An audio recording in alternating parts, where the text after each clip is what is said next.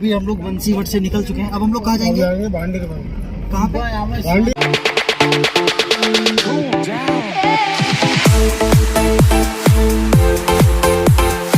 भांडीर। ये यहाँ से कितनी दूर पे है? ये 5 मिनट का रास्ता है। ठीक है, तो अगले 5 मिनट हम लोग वहाँ पहुँचेंगे और वहाँ के दर्शन करेंगे। और उसके बाद कुछ है? उसके बाद मानसरोवर, राधा रानी। हाँ, समाप्त हो जाएगी यात्रा राधा रानी में। ठीक है, ओके। फिर अब हम लोग चलते हैं और वहाँ के दर्शन करते हैं, हम भी और आप साथ में। तो अभी हम लोग पहुँच चुके हैं भांडीर वन। आइए चलते हैं और दर्शन करते हैं।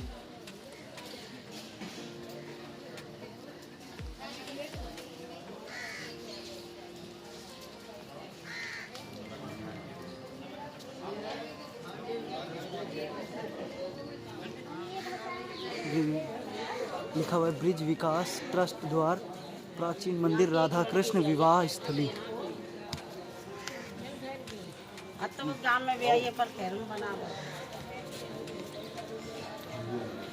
जय श्री कृष्णा, जय राधे।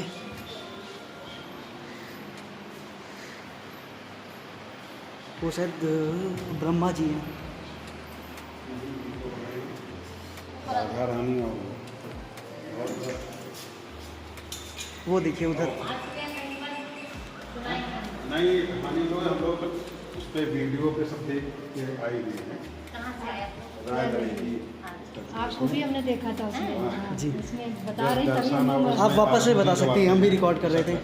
जी, तभी हम दौड़ कर आए। फिर भी आप हम लोगों को बताइए। यहाँ पे आप लोग भांडीर बनाए हैं। बैठो आप लोग। तो ये मंदिर है और इनसे हम लोग इसके बारे में जानेंगे। यहाँ पे ये आप लोग भांडीर बनाए हैं। ये भांडीर वन में एक बार ब्रह्मा जी इधर से गुजर रहे थे, उसी समय यहाँ पे देखा उन्होंने कि कन्हैया है मात्र 2.5 वर्ष का और लाडली जी हैं राधा रानी, उनकी 12 साल की उम्र थी। तो उन्होंने राधा रानी ने कन्हैया को अपने बराबर का बनाया। और तो उन्होंने ब्रह्मा जी ने सोचा कि मेरी और कहीं तो पूजा नहीं होती है, तो क्यों ना हम इसका। तो उन्होंने नीचे उतरे और इन दोनों का बहुत मंगलम विवाह कराया। वो लोग पिता भी बने और पुरोहित भी बने। तो इस कारण है इनकी राधा रानी की शादी यहाँ पे हुई। अमावस वाले दिन ये भांडीर को बाहर आपने देखा है, सोमवती अमावस वाले दिन इसका पानी सफ़ेद हो जाता है। हाँ, आज भी हो जाता है। जिन माताओं बहनों के बच्चे नहीं होते हैं, गर्भ खंडित हो जाते हैं, बेटी होती हैं, वो कुएं के पास में जो कुंड है उसमें स्नान करती हैं। ऐसा हुआ कि कंस ने बक्षासुर नाम का राक्षस था, उसको भेजा। वो बछड़े के रूप में था। कन्हैया ने उसका वध कर दिया। कन्हैया के साथ ग्वाल बाल भी थे। तो कन्हैया ने कहा, तो सब लोग बोले कि तुम पापी हो, दोषी हो। तो उन्होंने कहा कि क्या किया जाए। तो उन्होंने एक कुइयाँ खोदी बंसी से, उसमें सारे तीर्थों का आवाहन किया और जब सारे तीर्थों ने पानी अपना छोड़ा तो उसमें उन्होंने कन्हैया ने भी स्नान किया। जो कन्हैया का पानी इधर उधर बिखर गया था उसमें ग्वाल बाल नोट हो गए। तो उन्होंने इसी कारण सोमवती अमावस वाले दिन आज इसमें दूध की धार निकलती है। आज वही माताएं बहनें स्नान करती हैं जिनके बच्चे नहीं होते हैं, गर्भ खंडित हो जाते हैं, बेटी होती है। काफ़ी बड़ा पर्व लगता है। तीसरा पॉइंट ये है कि यहाँ पे प्रलंबासुर का वध हुआ। प्रलंबासुर का वध भी यही भांडीर वन में हुआ। चौथा पॉइंट ये है कि दुर्वासा ऋषि ने यहाँ पे दुर्वासा ऋषि का आश्रम था। अष्ट सखियों ने यहाँ पे भोजन कराया, इसलिए हाँ दुर्वासा। तो यहाँ पे भंडारे का गोदान का भी विशेष होना है। अष्ट सखियां हाँ, यमुना तो बोलो भांडीर प्यारी लाल की जय। यहाँ पे माता जी कन्यादान किया जाता, साड़ी का। तो अभी हम इस मंदिर के बारे में जान गए हैं। अब यहाँ पे जाएंगे और एक और मंदिर है, इसको देखते हैं। ब्रह्मा जी राधे कृष्ण, ये इस जगह पे ही शादी करवाई गई थी। ये ब्रह्मा जी हैं और राधा कृष्ण की शादी करा रहे हैं।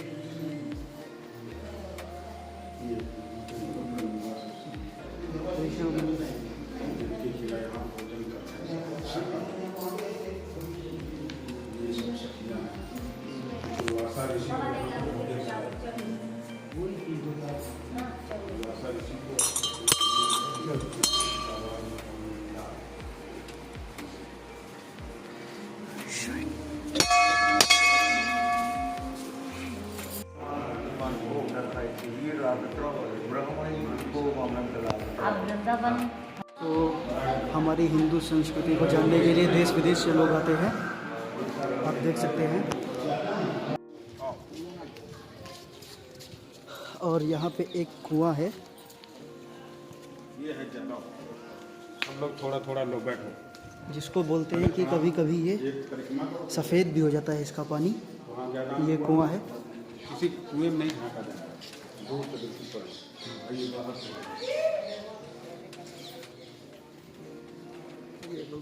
प्रणाम करो। ब्रज विकास ट्रस्ट द्वार।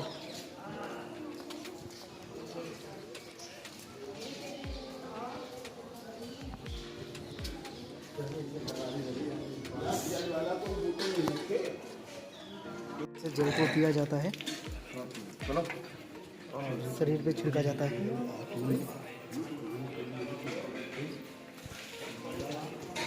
अभी हम लोग इधर चलते हैं, ब्रज विकास ट्रस्ट द्वार, मंदिर श्री दाऊजी महाराज।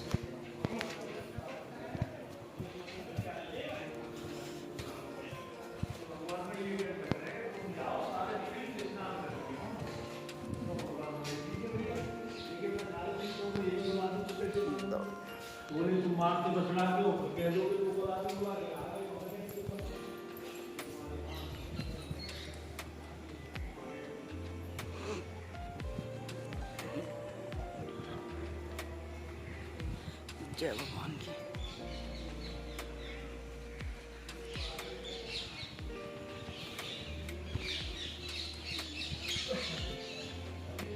जय तुलसी मैया।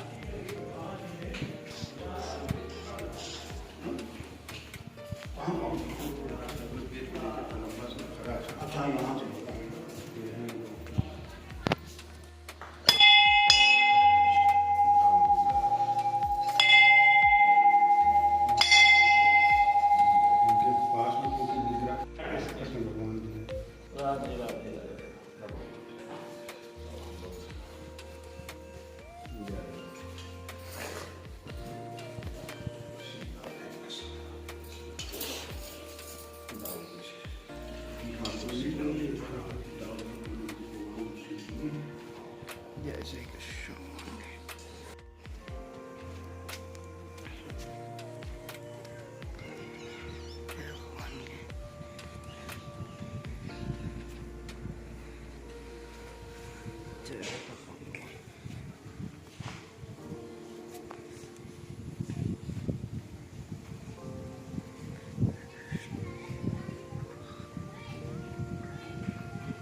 राधा कृष्ण विवाह मंडप। जय भगवान की। ये बैठने की जगह है और हवा बहुत अच्छी चल रही है। फिलहाल हम लोग घूम लिए हैं यहाँ पे भी। अब देखते हैं यहाँ से कहाँ जाते हैं। ये वही जगह थी जहाँ पे श्री ब्रह्मा जी ने श्री कृष्ण और राधा जी का विवाह कराया था। बाकी की कहानी जो उन्होंने सुनाई थी वो आपने सुनी ही होगी। कि इसकी परिक्रमा थी और नंद बाबा की 9 लाख गाय ना दोपहर को विश्राम करती थी इसके नीचे। इसके नीचे विश्राम। हाँ जी अंकल जी, इतना विशाल था। और अभी आप देखेंगे ना तो वृक्ष में मंडप बना हुआ है। जैसे शादी में हमारे यहाँ 4 खम्भे का मंडप बनाते हैं ना, जैसे कोई तो बनाता है बांस का, कोई केले का। तो ये जो है ना वट वृक्ष में पीछे मंडप बना हुआ है। कहाँ बना हुआ है? पीछे है। आप उधर से आओ। हाँ, वो सब लोग पता नहीं कहाँ चले गए। बताओ बेटा। ये वाला है ना, देखो अंकल जी, जैसे शादी में हमारे यहाँ 4 खम्भे का मंडप हाँ, बनाते बनता है। हैं सब यहाँ बनता है। तो देखो 1 2 3 और ये 4। ओहो। और जैसे वर दुल्हन का गठबंधन करते हैं ना, गांठ बांधी जाती है। ये वाला देखो, इसमें नेचुरली गठबंधन हो रखा है। गांठ बांधते हैं ना वर दुल्हन का पटका। ये देखो, ये अपने देखो आप बेटा, नेचुरल देखो। बना हुआ अच्छा, ये तो इसमें से निकला है। और ये इधर से है। अच्छा, इसी में मिल गए। मिले। और जैसे आपने देखा होगा 4 खम्भे का मंडप होता है, फिर उसे ऊपर कपड़े से ढक देते हैं ना ऊपर से। तो आप देख सकते हैं नीचे से अलग है और ऊपर जाकर एक हो रहा है ये सारा। ऊपर से एक हो गया। और जैसे अच्छा बेटा, ऐसा नहीं हो सकता ऊपर से एक वृक्ष रहा हो या वो रहा हो, उसकी शाखाएं नीचे को आती है ना। बट वो चीज तो समझ में आती है, लेकिन इसमें जो छटा है ना, इसका शास्त्रों में वर्णन है इसका ये जो आप देख रहे हैं बट वृक्ष का, भगवान की शादी का वर्णन इस बट वृक्ष के नीचे का ही मिलता है। तो मेन ये है। और ये वाला हस्तमिलन है, जैसे हाथ में हाथ देते हैं ना, हस्तमिलन करते हैं, ये हस्तमिलन का प्रतीक है। इसे तो कोई नहीं बना सकता, ये तो अपने आप ही प्रकृति बनी हुई है। वाह, इतनी प्रकृति की और ये यहाँ की सारी लीलाएं जितनी भी यहाँ भगवान ने लीलाएं करी है ना, जैसे दुर्वासा ऋषि जी को इस बट वृक्ष के नीचे गोपियों ने भोजन कराया था। राधा कृष्ण जी की मल्ल क्रीड़ा हुई थी, वो भी यहीं पर राधा कृष्ण की भी हुई थी। कुश्ती हुई थी एक दूसरे में। अच्छा, राधा कृष्ण की राधा रानी की और भगवान की। भगवान माने कृष्ण भगवान की। हाँ जी। अरे बाप रे बाप। वो कि भगवान को और राधा रानी को मालूम भी नहीं था, सखियों ने और ग्वाल वालों ने आपस में शर्त लगा ली थी कि हमारी राधा रानी ज्यादा बलवान है कि हमारी कन्हैया जी ज्यादा बलवान है। तो कन्हैया जी के जो ग्वाल वाल थे ना, वो डींग हाँक रहे थे कि हमारी कन्हैया ने इस राक्षस को मारा, पूतना को मारा, सक्तासुर को मारा, इतने राक्षसों को मारा। तो वो बोली कि ठीक है, ज्यादा डींग मत हाँको, कल देखेंगे जो भी होगा। अच्छा हाँ रुक दो, बता दो बेटा तब जाओ। हाँ बोलो। हाँ, तो इतनी डींग मत हाँको, आप बहुत कर रहे हो, हम कल देखेंगे जो भी होगा। तो राधा रानी की सखियों ने राधा रानी को जाकर बताया और कन्हैया जी ने जाकर, कन्हैया जी के ग्वाल वालों ने कन्हैया जी को बताया कि ऐसे ऐसे हम आपके लिए कल कुश्ती का ऐलान करके आए कि ठीक है जो भी होगा कल देखा जाएगा। तो दूसरे दिन जब वो यहाँ आए हैं ना, तो एक दूसरे से हाथ मिलाने के लिए खड़े हुए ना, तो राधा रानी भगवान को स्पर्श भी नहीं करती, तब तक भगवान पीछे को गिर जाते हैं। अब ग्वाल वाल भगवान पीछे को गिर जाते हैं, भगवान राधा रानी भगवान को स्पर्श भी नहीं करती है, तब तक भगवान पीछे को गिर जाते हैं। तो ग्वाल वाल मुंह लटका कर खड़े हो गए कि हमने तो इसकी इतनी वाह वाह करी थी और इसने तो हमारी नाक कटा दी। तो भगवान ने सोचा अब तो कुछ करना पड़ेगा। तो वही नाक वाला सवाल उनके सामने रखा था कि एक बात बताओ, भगवान लेटे हुए थे तो आसमान की तरफ देख रहे थे, राधा रानी खड़ी थी तो वो नीचे देख रही थी। तो उन्होंने बोला एक बात बताओ, इज्जत किसकी ज्यादा होती है? जो नाक ऊपर करके चलता है उसकी इज्जत ज्यादा होती है कि जो नीचे करके चले उसकी इज्जत ज्यादा होती है? कि जो नाक ऊपर करके चलता है उसकी इज्जत ज्यादा होती है? तो एक बात बताओ, कौन देख किसकी नाक ऊपर है? कि आपकी और ये कैसे देख रही है? कि नीचे नजरें किसके ऊपर है? कि आपकी और ये कैसे देख रही है? कि नीचे फिर जीत बताओ किसकी हुई? ग्वाल वालों से तालियां बजवाई थी और अपनी जीत बताई थी यहीं पर। और यहीं पर ये बटवृक्ष जो आप देख रहे हैं, सुबह भगवान गायों को चराने के लिए आते थे तो अपना भोजन इस बटवृक्ष पे टांग देते थे और दोपहर को अक्सर करके ग्वाल वालों के साथ मंडला बनाकर एक दूसरे का जूठन खाते थे और खिलाते थे। तो तभी ब्रह्मा जी को मोह हो गया था कि ये पूर्ण ब्रह्म परमेश्वर नारायण कैसे हो सकते हैं, ये तो एक दूसरे का जूठन खा रहे हैं और खिला रहे हैं। तो उनकी परीक्षा लेने के लिए उनके गाय ग्वाल वाल बछड़े सबको चोरी कर ले गए थे। एक तो ये, और दूसरा ये शादी का वर्णन है ना, ये भी ऐसे ही है कि भगवान ब्रह्मा जी से 2 पाप हुए थे तो उनका निवारण करने के लिए उन्हें किसी महाकन्या का कन्यादान करना था। तो इसी वजह से यहाँ पर राधा रानी का कन्यादान किया था ब्रह्मा जी ने। हाँ जी। और यहीं पर मुंचाट वन में आग लग गई थी तो आग को पान भी भगवान ने यहीं पर किया। कौन? भगवान कृष्ण ने किया है। भगवान कृष्ण ने किया दावा अग्निपान। हाँ जी। और सबसे लास्ट की लीला ये कि एक बार जब भगवान ने राधा रानी को यहाँ का महत्व बताया था ना कि जो कुएं के दर्शन करेगा, आचमन करेगा, स्नान करेगा, कुएं की 2 परिक्रमा करेगा, मेरे दर्शन करेगा, उसको मेरे 14 अवतार के दर्शनों का फल प्राप्त होगा। वो सामने 14 अवतार वाली लीला वो लिखी हुई है जहाँ पर भगवान राधा रानी से मिलते हैं। और जो जाने अनजाने में पाप हो जाते हैं ना, कीड़े मकोड़े मर जाते हैं, नहीं दिखते, हमारे पैरों से मिल जाते हैं, उनसे छुटकारा पा लेगा। और जो यहाँ भी हट करके खाएगा, एक रात्रि का निवास करेगा, उसको मेरी गोलोक धाम की प्राप्ति होगी। रुकने का विधान है। लेकिन इतना सुन के तो राधा रानी भगवान को बोली कि आपने ये क्या बोल दिया, आपने तो इतना बड़ा महत्व बता दिया, अब तो लोग बुरा सा बुरा कर्म करेंगे और सबसे पहले भांडीर बनाएंगे, हमारे आपके मिलने में भी बाधा उत्पन्न होगी। तो भगवान ने बोला था कि पहले आप पूरी बात सुन लो, मैं यहाँ हर किसी भक्त को नहीं आने दूंगा। जिस भक्त पर विशेष कृपा होगी, जो कम से कम 10 या 20 बार वृंदावन में आ जाएगा, तब उसको एक बार यहाँ बुलाऊंगा। जो भक्त मुझ में भक्ति रखता होगा उस भक्त को यहाँ पर बुलाऊंगा। जो भक्त मेरी शादी में वृक्ष तना पत्ता कीड़ा मकोड़ा कुछ बनकर मौजूद होगा, उस भक्त को यहाँ पर बुलाऊंगा। तो ये सत्य यहाँ पर हर कोई नहीं आ पाता है। जिस पर भगवान की विशेष कृपा होती है सिर्फ वही भक्त आ पाते हैं। आप देख सकते हैं वृंदावन में लाखों की भीड़ रहती है, उसके वहाँ पे क्या 5% लोग भी नहीं आ पाते। आप खुद देख सकते हैं। ये बताओ, जैसे बाहरी यात्री आएंगे तो रुकने की व्यवस्था क्या है? यहाँ कोई भी व्यवस्था नहीं है रुकने की। फिर रात में ही लेटेंगे? गर्मियों में आते हैं तो ऐसे ही रुक जाते हैं। नहीं, रात दिन कभी भी आएंगे तो लेटेंगे। हाँ, यहाँ 2-4 होते हैं तो व्यवस्था हो जाती है, बाकी ज्यादा लोगों की नहीं। बताइए। आधा दर्शन किए थे आप, अब आप फिर से यात्रा शुरू करिए। मंदिर कहाँ गए?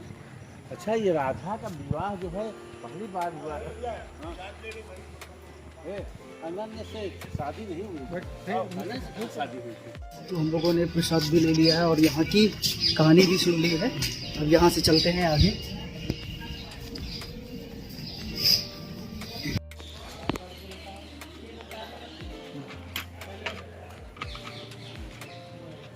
और गिलास नहीं माथा ले लीजिए एक गिलास। अरे नहीं, ठीक है। ये है प्राचीन शिव मंदिर भांडीर में। जय शिव शंभू। पहुंच चुके हैं अपनी कार के पास में। अब बैठते हैं और चलते हैं भांडीर वन से अगले डेस्टिनेशन की ओर। अभी हम लोग कहाँ जाएंगे? हम जाएंगे मानसरोवर। मानसरोवर। वो यहाँ से कितनी दूरी पे है?